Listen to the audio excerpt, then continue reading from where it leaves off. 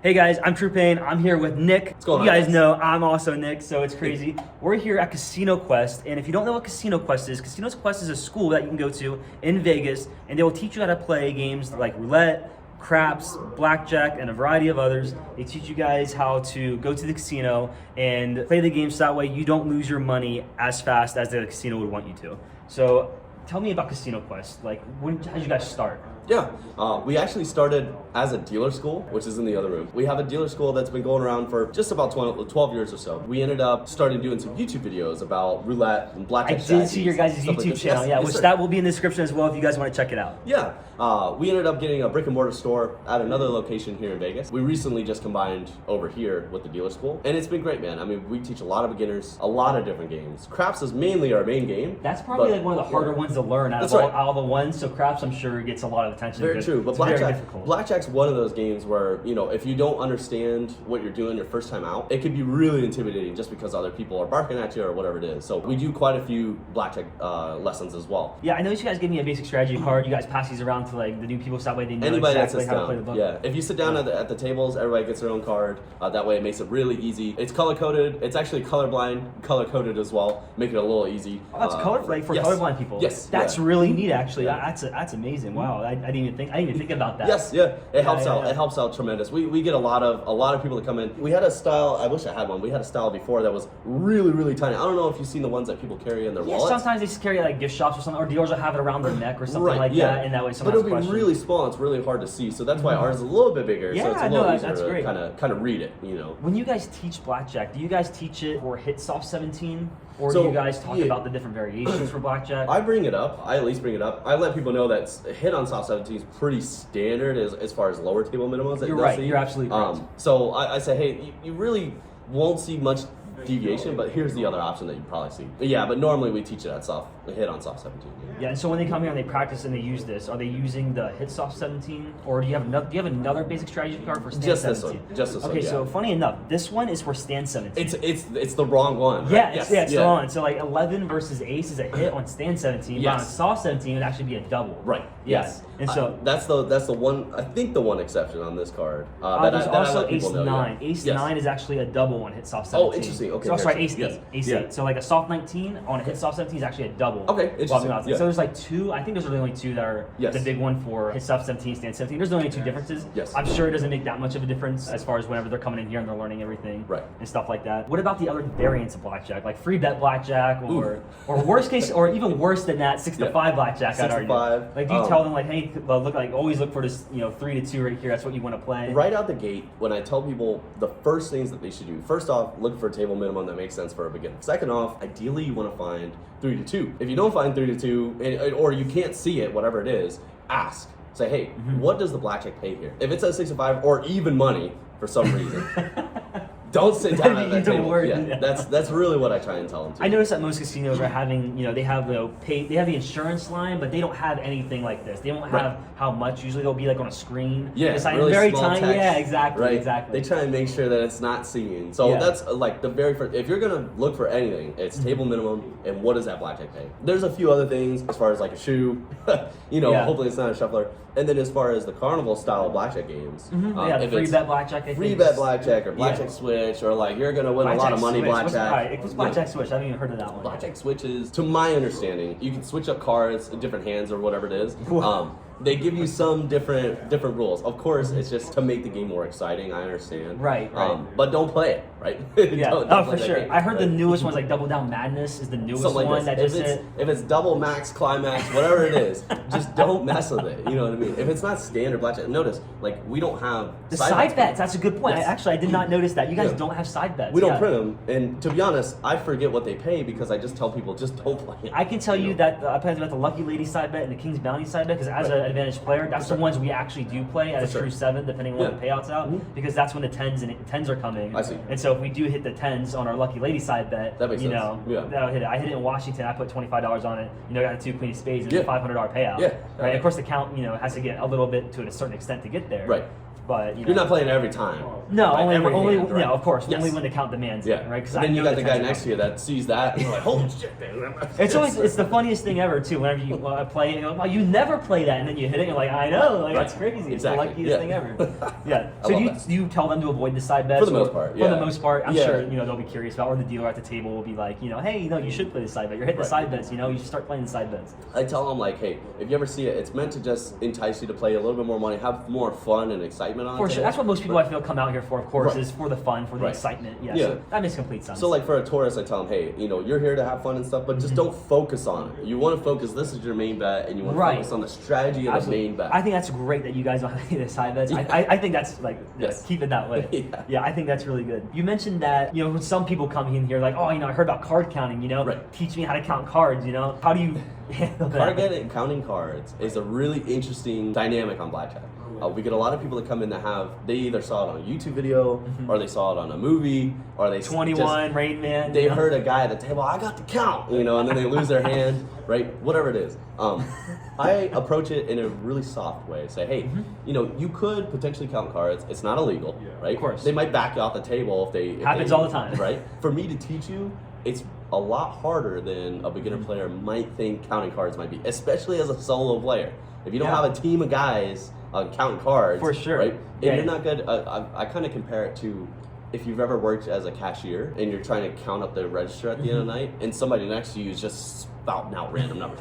13, 27, 85, right? And you're trying to count the change, and it's really hard to keep those numbers, right? While you have everything in the casino kind of going on. So unless you're really focused on stuff like this, and you're one person in 1 hour of me teaching you, you're probably just wasting your money, to be 100% honest. So and there's stuff that they don't even understand. Like, you need a certain amount of money, risk of ruin, in order to play these minimums. Yeah. Right. So if you're playing at a $25 minimum table, you need $25,000 depending on what the rules are. That makes sense. Right. $50 minimum, you need $50,000. Right. My team, we're playing in Vegas with a $225,000 bankroll, so that way we can play the high limit $100 minimum game, so we can sustain ourselves and go through that losing variance, because we don't win that. Like, we win just over half of the time. So you gotta go through those downswings. These guys got $80. Right? You know what I mean? Like, they're ready to get, dude, I got the count, baby. You know what I mean? Yeah, if someone at your table says they have the count and they haven't been kicked out yet, they definitely don't have the count. I promise. It's awesome, man. I love Blackjack. Yeah. I feel like that's one of the appeals to Blackjack, In my opinion, as far as orders of the games go, I think Blackjack is the best game in the casino. I believe that.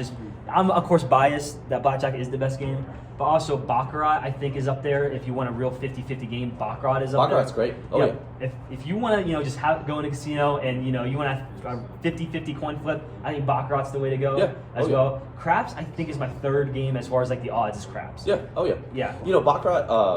The one thing that most people, when I teach them, I'm like, hey, Baccarat, you can learn in about 15 minutes.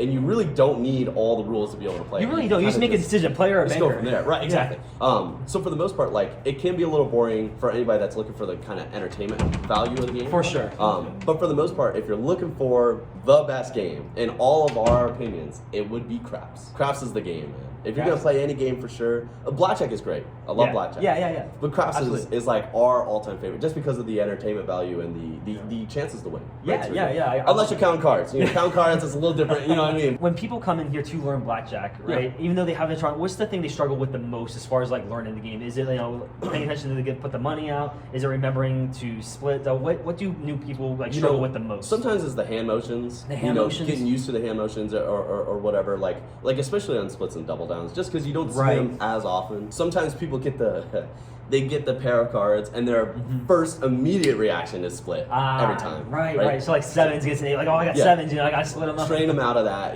so hey, you gotta double check, sometimes. And signals. Obviously like 16 against 10 is always like the point where everyone's got their thing, right? 16 gets 10. Some people stay, most people, from my knowledge, they don't surrender.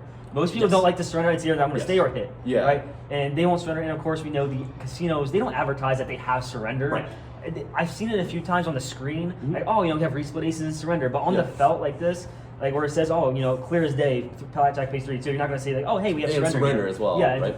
Now, how many casinos have you gone to where they just don't offer surrender?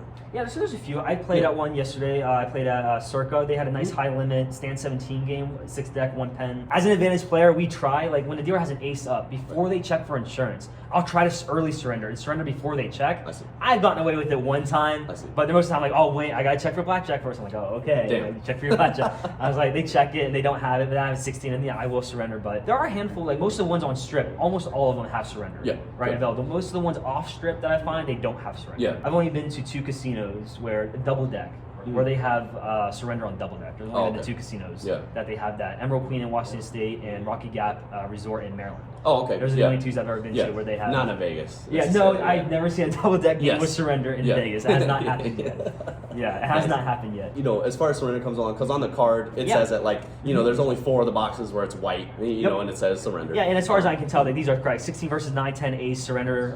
15 versus 10 is a surrender, right? And of course, there's certain deviations, like on a running negative count. 15 versus 10 is actually a hit, but yeah, no, these are like as far as I know, as basic strategy goes, these are absolutely correct. Yeah. Funny enough, 17 versus ace on a hit 17 game, the basic strategy is to surrender.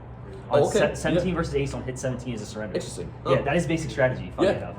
That is a whole, like, that's not a deviation or anything. That's just what basic strategy has. Yeah. Interesting. Yeah, and of course to keep it simple though, most of these cards are just for hit 17, but no, it's very very easy to have it on one card. True. Yeah. Yeah. I mean, and one more thing about the surrenders too. Like sometimes I touch on it in the lessons, but a lot of the times people just might ask, "Hey, what is the white?" And I tell them, "Hey, just real quick, you draw a line behind your bet, surrender half of your money." You might not even run into any casinos that'll let you do it. For sure. Because some of the people that travel here, they want to get away from the strip. They go to like station properties or whatever it is. Yeah, shout out to Red Rock. They let me play. They knew I was counting. As soon as I put that $2,000 bet out and I won it, the guy comes running. No more blackjack. No more station property. I was like, okay, bye. And just left. It was the funniest thing ever. They watched me for a while, but as soon as the $2,000 bet went out, that was it. That was no, that's it. You're done. Yeah. I mean, $2,200. Like 15 minutes, and then I was like, dang. Dang. So how do you teach someone whenever they first come in? What's the first thing you start with? Normally, get them introduced to the table minimum. Get them introduced to buying in. What does the buy-in look like? Yeah, because most people when they buy those, they hand the money to the dealer. Right. You got to put it on the fell and stuff like that. Set it down on the fell. Make sure if it's a $15 table, don't bring 5 or 3 $5 bills. You know what I mean? Don't just bring like a $100 bill, right? Yeah, bring a little bit of money to gamble. That's good advice. You're like piss everyone else off the table. Yes. One of the big thing is like bankrolling. Like, hey, you do need a bankroll when you're gonna go get. That's good. Right? I like that. Yeah, for a beginner, they just don't. A lot of people just don't know. They're like, hey, I see a $15 table. No, that's great. Yeah, maybe I'll do $5 bets, and I'll just do 1-5, and whatever. Yeah. So we tell them, hey, look, if you want to play for X amount of time, here's a good amount of money if you're just sticking at this minimum, and just have them play for the fun, for the entertainment aspect of it. So here's $200. Normally I bet people in $10 game, I give them $200. That way they have more than enough money to make bad decisions. I think that's perfect. If you're going for fun, like a $25 table, I'm like, hey, you want a good time buying for $500, enough for 20 hands. Somewhere around there. Right. If you have enough for 20 hands, I think that's the perfect amount. Yeah. $10 table, $200. That keeps it easy, right? Yeah, it really does. And then especially here, because it's like, it's fake money. Oh yeah. People can blow through whatever they want. We got stimulus checks. That's a joke that we make, right? So for other folks that are like, hey, I want to play lower table minimums. It's like, hey, don't play electronic blackjack, whatever you do, ideally. I know it's dollar minimums or whatever it is, but you're going to want to try and play a live game. Here's a couple of places here in town that have lower minimums. Some of the people, they're like, oh yeah, I'm staying at the Wynn, I'm staying at Bellagio, like $50, $100 minimums. Dude, you're not finding blackjack for you at Caesar's Palace. You know what I mean? I mean, to be fair though, they're affording to stay at the Wynn. You think they'd be able to afford that? Dude, some of these people, man, trust me when I say that's no. You had the experience working with the new one, which is why I'm trying to talk to you about it. Yeah, for the most part, like that's how I start people. I get them their chips, talk to them about 3-2 blackjack. Of course. Show them the actual example. If you have a $10 bet, 3-2, this will give you 15, right? Pays you $15. Yep. But if it says 6-5, they're gonna short you $3 and only give you 12 back, right? Sort of deal. And show them physically like what that actually looks like. Yeah. So over here, right? So do it one more time. So if I have $15, right? Yeah. And I get a blackjack. So this one. So a 3-2 payout. So I do like showing at whatever this ratio is. So I like showing it at a $10 game. Because of this, you bet 2 for a beginner player. Beginner player looking at this makes a lot of sense. You bet 2, you're gonna win back 3, right? 2 chips wins 3 chips. Makes it really simple. Right. 10 pays 15. And then if it happens to say 6-5, I just show them, hey, look, this $10 bet instead of giving 15, they're gonna short to $3, give you 12, and smile on your face. right? I love and then that. they're like, damn, dude, how can they, oh, that's messed up. How can they do it? Well, you're playing their game of blackjack, right? Right. And then it makes them understand, like, right then and there, hey, this is how the casino is actually making their money. It's not by, whatever, cheating the cards or whatever. No, it's they're the sorting by math. the math. Yeah, exactly. They got you when you walk through the door, right? So that's like just setting that baseline example. It kind of helps people understand this a little bit more too. Yeah. Because they're like, hey, I do kind of need to strategize, right? Right. And I got to pay attention to what's going on because if I don't, I'm getting shorted somehow. Another thing is this: the continuous shuffling machines. I tell them just avoid that. Why? All right, so I have a question for you. As an advantage player, of course we avoid continuous shuffle machines. Right. I will always preach like, hey, you should never play at a continuous shuffle machine. It is awful. Blah, blah. Now, make sure. I also think it's important to understand. Hey, a continuous shuffle machine is completely different from an automatic shuffle machine. Yeah. It's completely different. ASM, CSM, totally different. But as someone who's teaching, a normal player, why do you tell them to stay away from the CSMs? Look, if it's a big old machine on the table, you don't know how many decks are in there. Well, first I start off talking about this. Right, the shoe. The Right. shoe. Ideally, you want to play as little decks as possible, right? Ideally, you would want like single or double deck. For sure, ideally, I right? love double deck. Yes, Absolutely. But if you're staying at the win and you want a double deck game, you're not the most High of the limit, beginner players minimum's are not gonna- $300. Yeah, Yeah. You're probably not going to find it for as a beginner. So it's like, hey, go to this casino. They'll maybe have 6 decks, whatever. That's not the end of the world. But at least you'll have fun, right? It'll be a $10 table, whatever. Don't play an 8 deck or a 10 deck or whatever it is. Sometimes you see these casinos and they start getting away with stuff like that. As far as the continuous shufflers, I just let them know, hey, you don't know. You have no idea. You have no idea what cards potentially might be coming up next. Right? Because it's always continuously shuffling those cards, you have no clue. I don't go too much more in depth. I don't give them percentages and numbers and stuff like this because then it starts getting really heady. Yeah. Right? And to be honest, I forget a lot of those percentages anyways, right? Sort of deal. As far as my understanding goes, if you're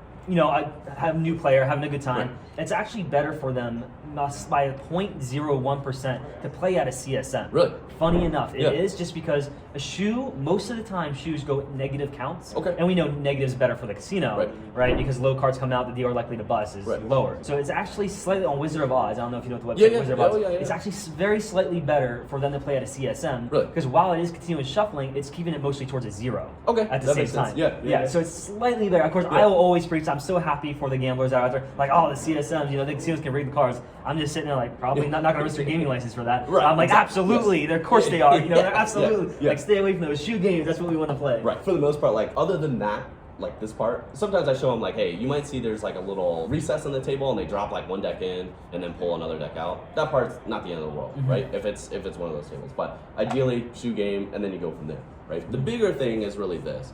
If I bring this one up, it's normally later on in the lesson. Sure. I bring this one up when I show a soft 17. A lot of new players don't even know what a soft 17 is. Like at the very beginning. Yeah, it's very tricky to understand. Right. too. They don't know soft hands. Yeah, right? yeah. Soft hands in general, I think, whenever I was learning basic strategy, whenever I was starting, Yeah, knowing takes when time. double. Yeah, I always thought, oh, 4's a bust card. I have ace 2 or ace 3, Right. double every single time. But no, Right, it's ace right. 4. When you have ace 4 and it's 4, it's double. Right. So soft numbers kind of gave me the hardest amount of time as Yeah. well. Yeah, it's very tricky. Yeah, that's the idea. Like, keep it really entry focused for any beginners. A lot of times we get guys that come in and they bring their girlfriend, and the guy is like really invested. Like he's been watching every blackjack video under the sun. Yeah, he wants to make sure he has. Right, exactly. Yeah. Yes. Whereas the girlfriend just got dragged along during her trip from Vegas. You know what I Right.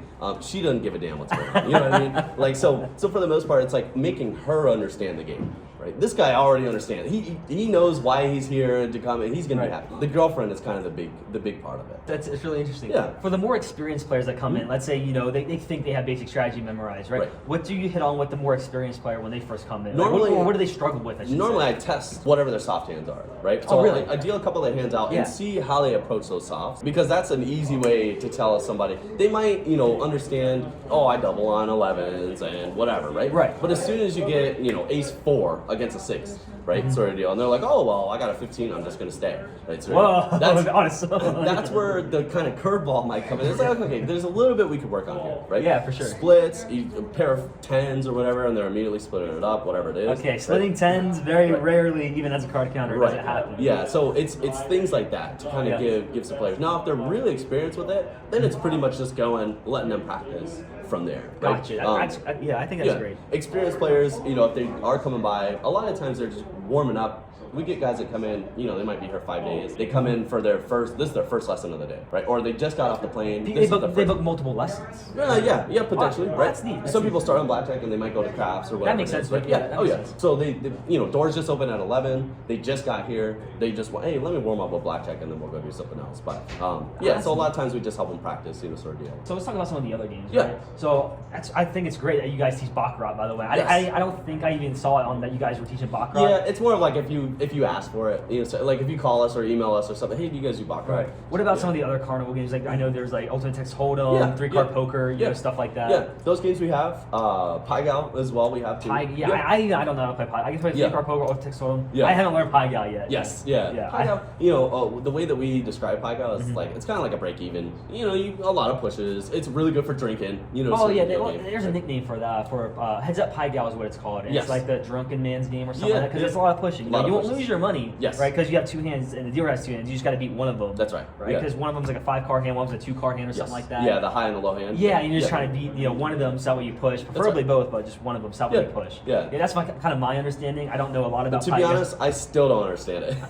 I have another instructor that does a lot of the games. But, gotcha. There's a couple of us that bounce between, but we even have like regular poker as well. Just poker, regular poker, yes. How many people bounce from like blackjack to like, let's say, because in my opinion, in a casino, there are, for an advantage player, there are progressive slots. There's certain slot machines that you can watch out for. Yeah. It's kind of died in the recent years. There in blackjack, being an advantage player, of course, that's my favorite. Right. And then one of the third ones is poker. Poker is a plus EV game. You can beat poker because you're playing against other people. The house doesn't care who wins because they get what's it called, a rake of every pot.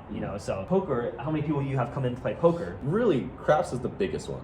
Right? If it was like a hierarchy. And that completely makes sense because craps is the hardest one to learn. Right. So it's craps, then maybe blackjack, then roulette, and then the rest of them is like kind of split evenly, I would say. Carnival games, poker, baccarat sort of deal. That's why it's like a little harder to find those on the website, sort of deal. So we don't do all too much. And I have an instructor that comes by sometimes to do poker, but it's not all too often. Do you have like special instructors then for each game, like that? Not for each game, just for the lower on the list ones. Lower on the list. Yeah, because those ones are all poker variants, for the most part. So it's just, hey, you let us know ahead of time, and then we can get it done for you for sure. So as far as your understanding, how do you think card counting works? Like, if someone asks you, hey, teach me card counting, how would you teach someone how to count cards? I know there's some sort of value attached to certain sets of cards. For sure. Right? Yeah. Now, what the values are and how they're attached to what cards, I have no idea. Right? Okay, so actually, let's go through it real quick. I need a 2 through, I just need a deck, basically. I want to point out that you use the big fonts too. Right. Right? So, for example, at the Venetian, their fonts are really small. Meanwhile, you guys are using like these clear, visible fonts. I like that. That's something to point out. This is the Queen hearts in the suit. So, for example, all your high cards would be, 10, Jack, Queen, King, right? And I'm missing, ace, haha.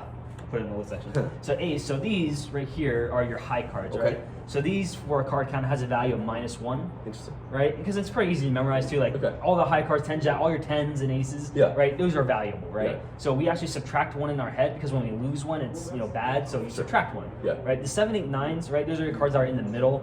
So for us, we ignore them. They don't do anything. It's just 0. We just ignore these, right? So when they come out, like 17, right? If I have a jack 7, right? That's -1. Right. Right. And then these are your low cards, right? We want a bunch of these to come out, preferably early, right? Because as the low cards come out, right, the odds of a dealer making their hand are lower, right? Okay. So these are just +1. Okay. Right. This is called the high-low system. There's different other counting systems. I have a teammate for double deck specifically. He uses advanced omega 2. Okay. Right. And so that's a whole different counting system. He has like 7s at +2 or something like that. It's something different that I don't. It's the more complexity there is to it, though, you get a slightly better edge over the casino. Okay. But as far as my understanding goes, high-low is best because it's simple. It's very easy to understand. Like when you're counting, right? This is just 2 cards. That's -2, and you can do the math very easy in your head. Right. And then in your head you're saying -2, -2, -2 the entire time. And of course, make it clear you never use a device. All of this has to be done in your head. If you use a device, that is illegal. You never want to use a device when you're doing this. I believe in Nevada, it's a felony in Nevada. I'm sure it is. If you're caught cheating. Yeah, I'm sure. Yeah, everywhere else is a misdemeanor, but Nevada special, they're like, nope, felony. But yeah, so this is the high-low system, and it's the one I use, the one I practice. It's very simple. And then this is called, once you have all these, right, let's say, this would be 0, of course. But let's say, we have, let's say all these cards come out, right, at a running 5, or even there's like 3 decks in a discard tray. You guys can't see it, but there's 3 decks in a discard tray. So this is about, I call that 3 decks, right? It's about halfway. Oh, it's about right. Yeah, I call it 3 decks, right? So if I have these 3 cards, right, let's say, these 3 cards come out and I'm at a 0, that's +3. You have to do a little bit of division. Okay. Right? So we would divide how many decks are left in the shoe, and to get that number, we look at how many decks are left in the discard tray. Right. Right? So I know there's about 3 decks left in there, and if I have a running 3, 3 divided by 3 is 1. That gives me my true count. That tells me how much money I should bet. Okay. Right? So I would bet, like, I'd pay $25 the entire time, and I had a true 1, now I'm betting $100. Oh, okay. Right? And the true count is what matters, because that's where all my decisions are made up from. Right. If I have, a 15 versus, or let's say a 14 versus a 10, and the true count is 4, I'm actually going to surrender that hand instead of taking a card. It's actually a surrender. Yeah. And that's what we call deviations. That makes sense. Right? And those give us away too. Sometimes they're great cover. Like, who's going to double a soft 20 versus a 6? True. But you're actually supposed to do that at a true 4. That's what the math says.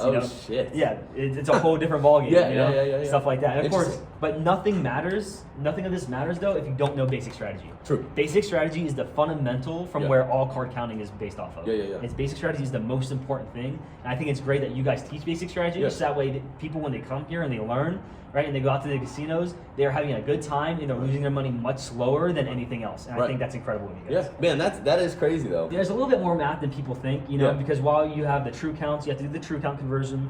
You have to be able to do it fast. Like a running 9, that's a true 3 right now with this. Right? That puts it at a running 9, or a true 3. Yeah. With a running 9. So now, oh crap, man, what's my bet spread? Because it might not be $300, it might be more. Like for us, a true 3, that is a $1,200 bet. Okay. So now we have to bundle with the chips now and put $1,200 out there. Oh my god. And do that. Yeah. And that math has to come instant. Yes. And sometimes when you're playing with other players, if they're taking cards, that's constantly changing the count. Right. And now I could be playing third base, and I got all these spots filled up, by the time I place my bet, maybe the count's negative now, So now my decision changes, based off the hand and stuff like that. Man. Yeah, it's constantly changing. It takes a lot of practice. That's a lot of numbers. Yeah, it took me months to learn, and then you have to, use a software like CVCX to learn, like, hey, what are the odds of me losing all my money? Sure. We keep our risk of ruin, is what we call it, under 1%. Okay. So the odds of us losing $225,000 is less than 1%.